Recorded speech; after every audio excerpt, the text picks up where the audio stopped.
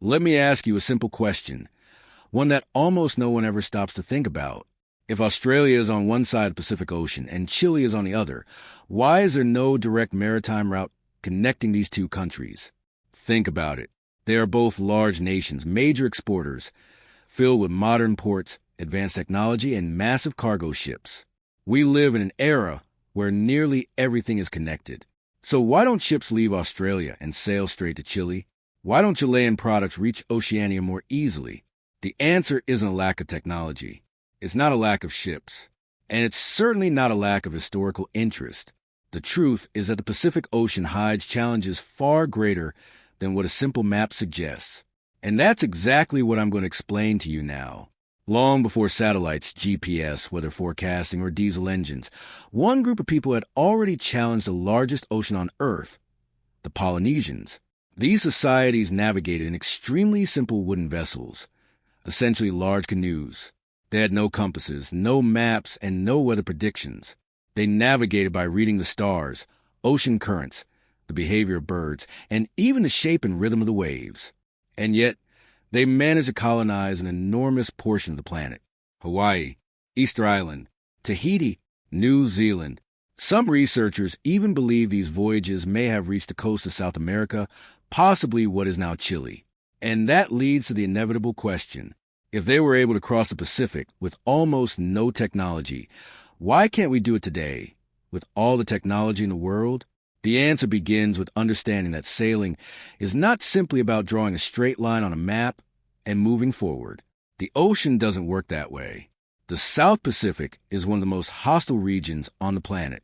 We're talking about extremely powerful ocean currents, constant and unpredictable winds, violent storms, massive waves, and one critical detail: almost no support points.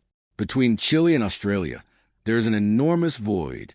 There are no large inhabited islands, no major commercial ports, and no refueling or maintenance infrastructure.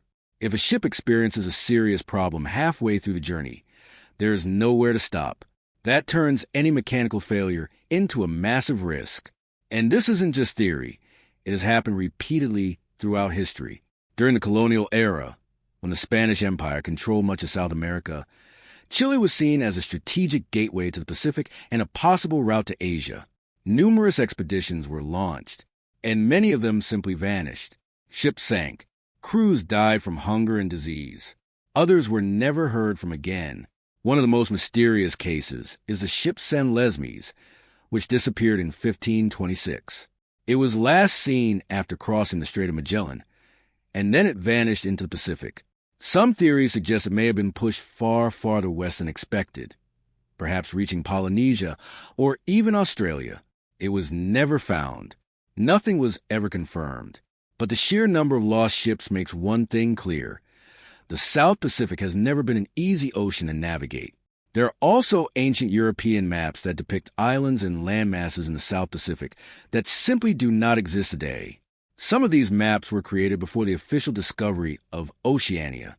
They show strange shapes, misplaced continents, and lands where only open ocean exists now. Some historians believe these maps may have been based on unofficial reports from sailors who became lost at sea. Others argue they are nothing more than cartographic errors. But one thing is certain. The Pacific has always been viewed as a mysterious, dangerous, and unpredictable place. And that perception created a natural barrier to direct commercial exploration for centuries. Even the name Pacific Ocean itself is misleading. It was given in the 16th century by Ferdinand Magellan after he crossed a stretch of unusually calm waters. But that calmness was temporary.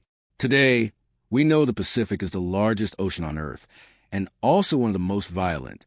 It is home to cyclones, tsunamis, underwater earthquakes, and powerful ocean currents. This is an ocean that does not forgive mistakes.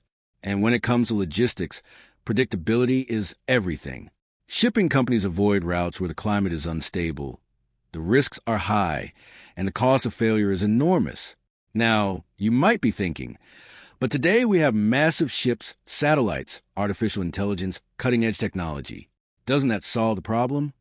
It helps, but it doesn't solve everything. Ships still require ports, refueling stations, maintenance, security, and infrastructure along the route. A direct route between Chile and Australia would span more than 12,000 kilometers. No islands, no ports, no support.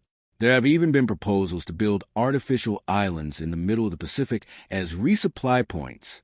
But that opens an entirely new set of problems: geopolitical disputes, sovereignty issues, international maritime law, astronomical costs, and severe environmental risks. Under international law, artificial islands do not generate exclusive economic zones. That means a country could invest billions of dollars and still have very limited control over the surrounding waters. It's an enormous investment with minimal legal and economic return.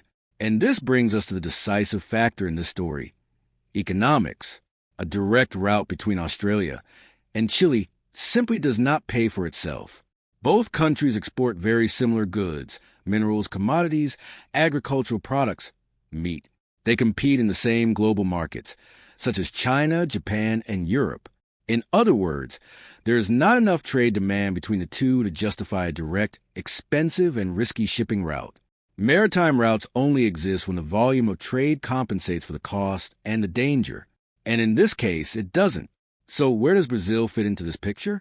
Brazil emerges as a possible future player. It has a diversified economy, massive agricultural exports, large-scale mining, and a strong trade relationship with China. In theory, a transoceanic route across the South Pacific could benefit Brazil. But today, the investment required would be enormous.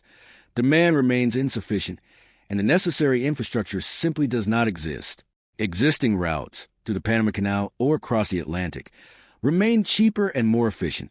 So, to summarize everything, why is there no direct maritime route between Australia and Chile? It's not a lack of technology. It's not historical ignorance. And it's not a lack of ambition.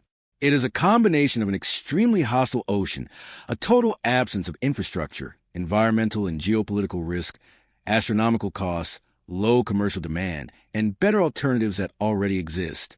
On a map, this route looks simple. In reality, it runs into the hard limits of the physical world, economics, and global politics. Maybe in the future, with new technologies and major shifts in global geopolitics, that will change.